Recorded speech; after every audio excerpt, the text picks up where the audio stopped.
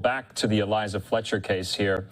There are thousands now of supporters who are going to be running in solidarity in trails all across America to show their support, to show especially for women that they can do this not with the fear of being attacked, kidnapped, and murdered. To join us right now to talk about the organizational aspect into some of these races and runs and who's putting them on and how many people are going to be at them is Fox 13 Tampa reporter Catherine Hawley. Catherine, so good of you to be with us.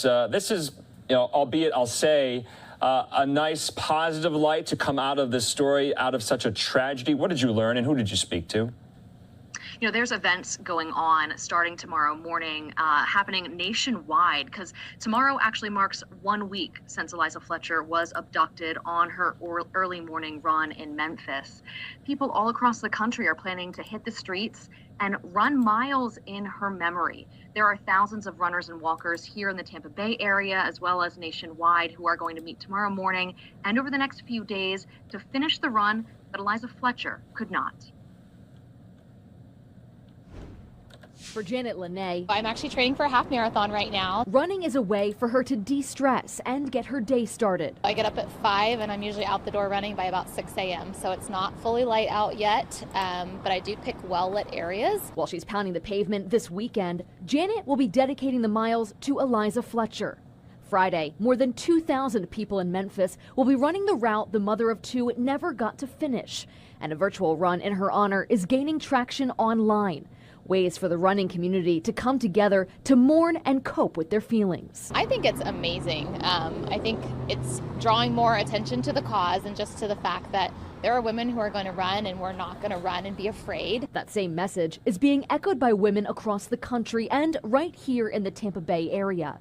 They want to show solidarity and focus on a safer tomorrow for all runners. It shouldn't matter. It should have no bearing on, what time she was running, that she was running alone, that she wasn't carrying a weapon, that she was wearing a sports bra, that she was wearing shorts. We shouldn't have to be fearful of going out and doing something we enjoy, regardless of the time of day.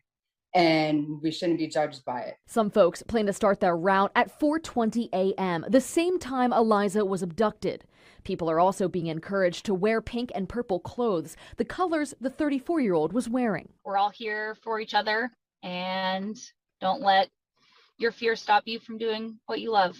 Be smart, be safe. Locally, running clubs and workout groups are also organizing events. We will be doing something at our Friday, Saturday, and Sunday morning classes to honor that. Some type of run will be incorporated, and we just want to show solidarity and support for her family. Coming together and running miles in Eliza's memory. Whether you've never run with us before or you've run with us 20 times, please come out and, run in her honor.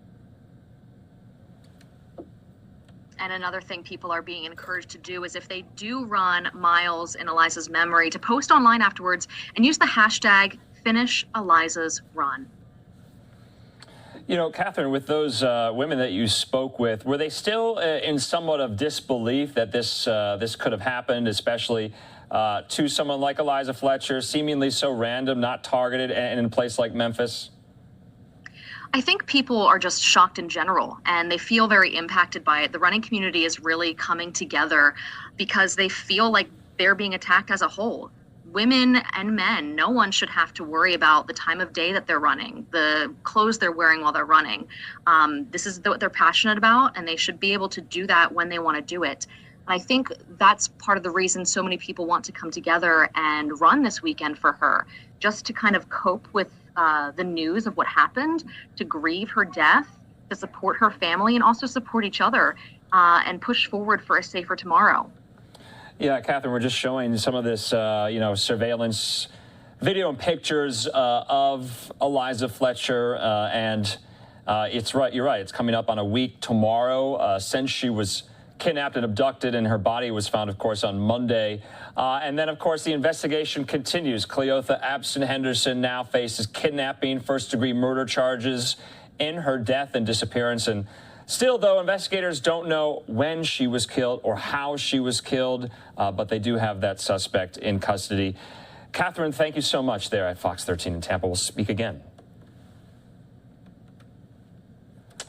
Okay, so right now we do want to continue with this story just briefly. We want to put up some of these tweets here, and you can see so many of these Twitter users putting their trail routes, where they're going to run, how long they're going to run, saying that hashtag #FinishEliza's_run. Look at this is coming from across the country, around the world, in solidarity with Eliza Fletcher. We've heard from her family and friends since her death. No doubt they are grieving and still distraught, but lots of Twitter support there.